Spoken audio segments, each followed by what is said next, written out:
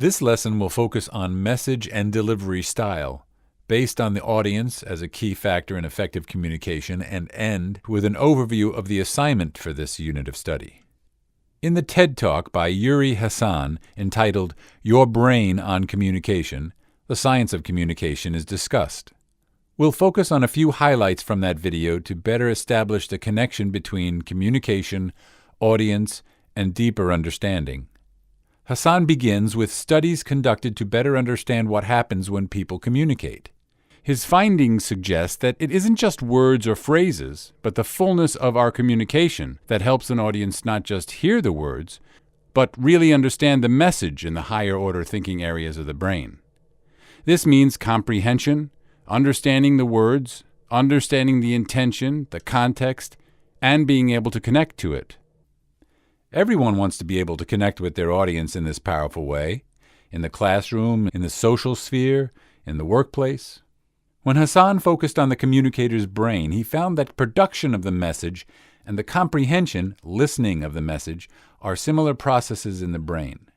His findings suggest that full comprehension requires the communicator and the listener to be engaged in the message, in the listening, in the connecting, and in the comprehending.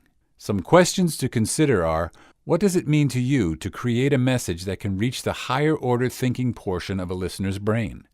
What kind of communication reaches that place for you? The final conclusion of Hassan's TED Talk is that communication depends on common ground. For both the audience and the speaker to reach that deep communication that comes from similar patterns in higher-order thinking areas of the brain, there has to be some common understanding between them. Some of the structures in place that help us to make these common connections are significant to think about for your future goals. In the social realm, things like campus club and organizations can lay the foundation for common ground to build lasting friendships with colleagues.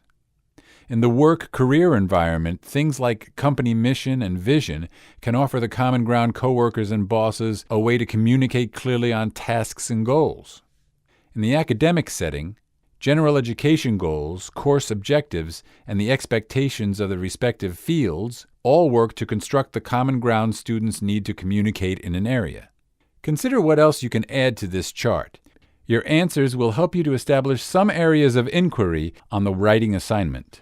The OWL website, produced by Purdue University, suggests that to identify the needs of any audience is to find the common ground with that audience in any context or format.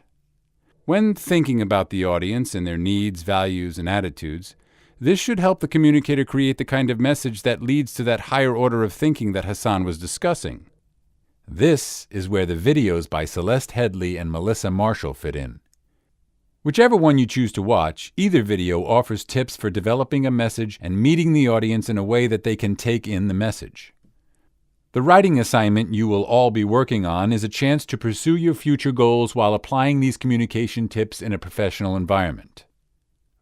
A few important decisions you will make as you work through this assignment are, reference the material on the slide. For more details about this assignment, read the assignment page in the Effective Communication and Professionalism module.